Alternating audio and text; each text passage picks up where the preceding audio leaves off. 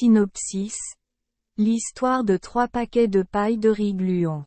Il était une fois, dans la ville de Naha sur l'île d'Okinawa, vivaient 2 femmes et leurs enfants.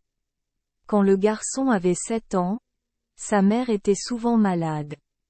Un jour, elle appela son fils à son chevet et lui dit : « Mon cher fils, je n'ai plus longtemps à vivre. Je n'ai aucun bien à te laisser à part 3 paquets de paille de riz gluant dans la grange. Maintenant, c'est ton héritage. 7 jours après la mort de maman, apporte ces bottes de paille au magasin d'alimentation pour les échanger contre de la farine de riz gluant. Maman te racontera l'histoire de ces 3 bottes de paille. Avant, quand ma mère était encore reine. Autrefois, il y avait beaucoup de gens qui travaillaient dans la capitale. Mère a soudainement regardé vers la mer et a vu un très beau navire au large. Elle a laissé échapper à voix haute : « Oh ! Quel beau navire !» Tout le monde s'est arrêté et a regardé le navire. Le roi en fut très en colère et il déclara que toute femme qui ferait perdre du temps à tout le monde serait expulsée de la capitale. Après cela, ma mère a été obligée de quitter la capitale. Avant de partir, le père du roi donna à sa mère 3 bottes de paille de riz gluant. « Mon fils, s'il te plaît, souviens-toi de cette histoire. » Après avoir prononcé la dernière phrase, la mère est décédée.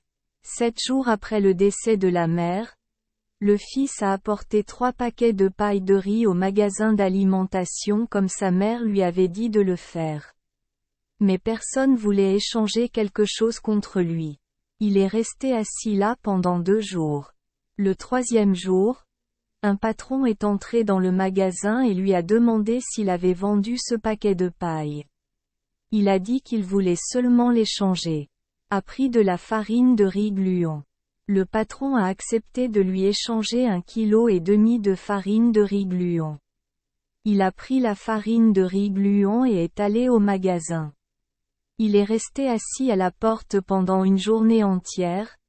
Finalement le propriétaire du magasin a demandé : « Et mon garçon ? Tu me donnes cette farine de riz gluant ? Cette farine est toute ma fortune. Je ne peux pas te la donner à moins que tu me donnes quelque chose en échange.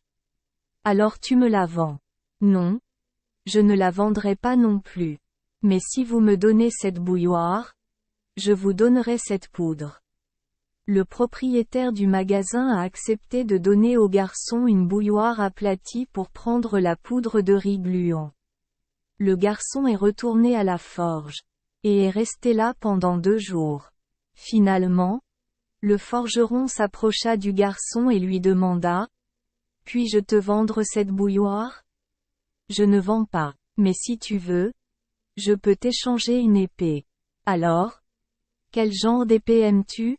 Donnez-moi une vieille épée émoussée et je vous donnerai cette bouilloire. » Le forgeron a donné au garçon une vieille épée sans fourreau. Ensuite, le garçon s'est rendu à la plage, où un navire chinois était amarré. Il se sentait tellement fatigué qu'il fit une sieste. Un voleur est passé par là et a vu l'épée sur laquelle le garçon reposait sa tête. Il a eu l'idée de voler l'épée. Mais dès qu'il toucha l'épée, celle-ci se transforma en serpent. Les rares fois où il a touché l'épée, celle-ci s'est transformée en serpent. Il n'a donc pas pu obtenir l'épée. Le capitaine du navire garé, à proximité a tout vu.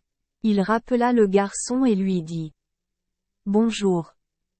Prends ton épée et monte à bord de mon vaisseau. » Quand le garçon était sur le bateau, le capitaine lui a dit de lui vendre l'épée. Mais le garçon dit : « Je vends l'épée mais je veux beaucoup d'argent. » « Oh ! Un navire chinois comme celui-ci et vous n'avez pas d'argent pour le payer ? Je t'en donnerai autant que tu voudras. » « Oh ! En fait, je ne veux pas le vendre pour de l'argent. Je veux juste l'échanger contre ton rideau coupe-vent. »« Oh ! Un rideau anti-vent ? Veuillez choisir l'écran que vous aimez. J'en aime un vieux et déchiré. » Le garçon prit le rideau anti-vent et partit pour la capitale du roi Canasi.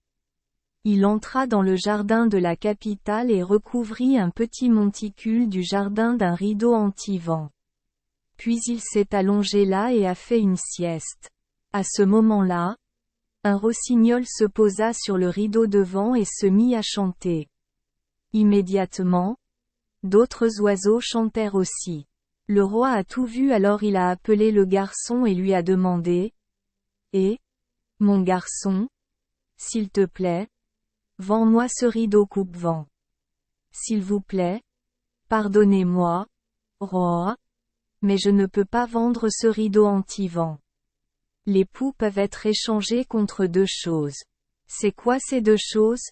Les vagues de la mer et toutes les eaux de ce royaume. » Lorsque le roi entendit cela, il pensa que le garçon avait dû perdre la tête et continuer à divaguer, mais il ne comprit pas ce qu'il disait. Mais le roi avait tort. Juste après que le roi lui ait promis, le garçon a immédiatement géré toute l'eau en mer et à l'intérieur des terres. Si quelqu'un veut une boisson gazeuse, il doit lui payer 10 centimes. Si quelqu'un veut utiliser l'eau de mer, il doit lui payer 5 centimes. Tout le monde dans le royaume se sentait fatigué et devait payer le garçon chaque fois qu'il avait besoin d'eau. Ils voulaient pouvoir utiliser l'eau confortablement comme avant, alors ils ont adressé une pétition au roi. Le roi trouvait également gênant de laisser ce garçon contrôler l'approvisionnement en eau du peuple. L'homme a appelé le garçon et lui a dit : « Je te donnerai beaucoup d'argent si tu laisses les gens utiliser l'eau librement comme avant. » Le garçon refusa la demande du roi. Le roi annonça à nouveau : « D'accord. Nous nous battrons. Le vainqueur se verra attribuer le droit de contrôler la distribution de l'eau dans le royaume. Je n'ai pas peur de me battre avec le roi. Mais avant de nous battre, permettez-moi de poser une question, Votre Majesté.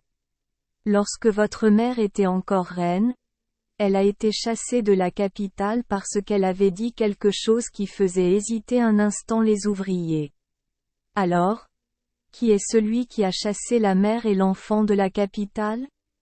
Quand le garçon dit cela, le roi fut le premier à comprendre de qui il parlait.